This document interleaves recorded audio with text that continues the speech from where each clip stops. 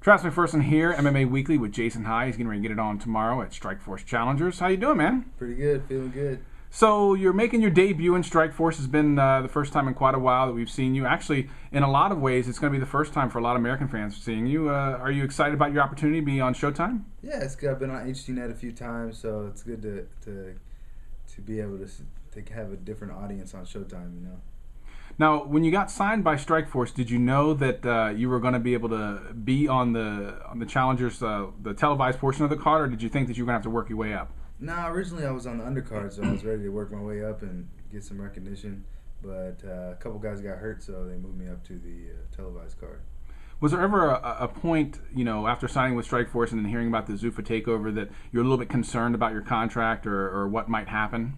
Nah, not really. I mean, you still got to go in there and fight and win fights to advance, so it doesn't matter really who we work for. Now, before you got on this win streak, which has been pretty impressive, you had a little bit of a down streak. Was there ever a time where you sat there and you thought, well, I don't know, maybe this isn't for me, or did you know that eventually you would be able to turn it back around?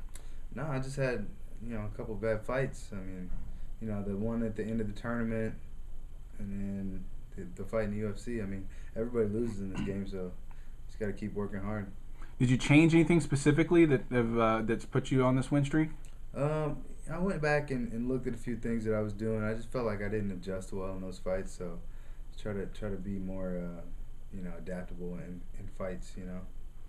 Your fight here coming up is against an incredible submission guy, Quinn Mulhern. We've seen him a lot on HDNet. What kind of things does he bring to the table that you need to be concerned about? A good submission game, improving stand-up. So, he's dangerous. It's going to be a good fight. What kind of things do you think that you bring that none of his opponents up until this point have been able to bring to him? Well, I'm going to be in great shape. I'm in great shape, and I'm going to push the fight. So, I just hope he's ready to go, He finishes a lot of opponents, and he submits the vast majority of them. Is that in your mind? I mean, you have a good submission game yourself. Are you looking to try to maybe submit the submission master? Nah, man. I just want to get in there and get the win. I don't really care how it comes. So, if he gives me a submission, I'll take it for sure. Now, looking at your particular division in Strikeforce, obviously the champion was Nick Diaz, but it looks like he's going to be giving that title up. Obviously, that kind of bumps you up regardless. Like, you win this fight, and even though you may not be number one contender, that immediately bumps you up a little bit.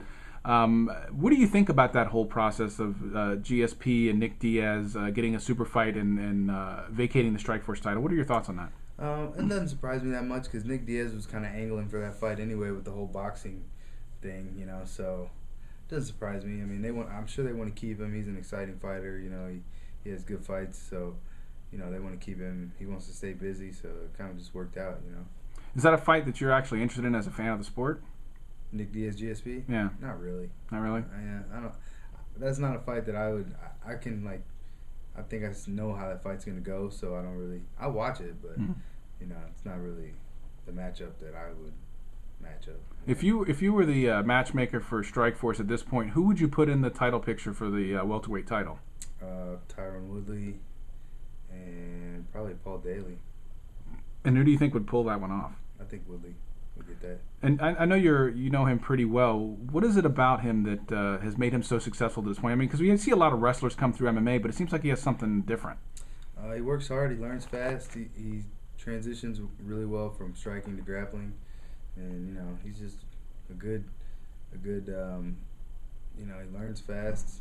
He's just a good athlete, and he's got a good mind for the sport. Now, looking again back to your fight. If you want to tell fans what kind of fight to expect, I mean, obviously you have a great grappler, you have a great all-around game. Do you think that we're going to see a lot of ground action, or do you think it's going to be mostly standing?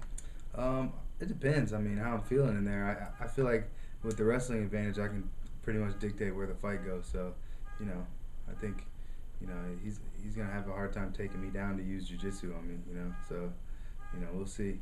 All things being equal, if you're able to come out with the victory here and you're not too injured, how often do you want to fight? Maybe August again. So right away, no delay at all. Stay busy, So.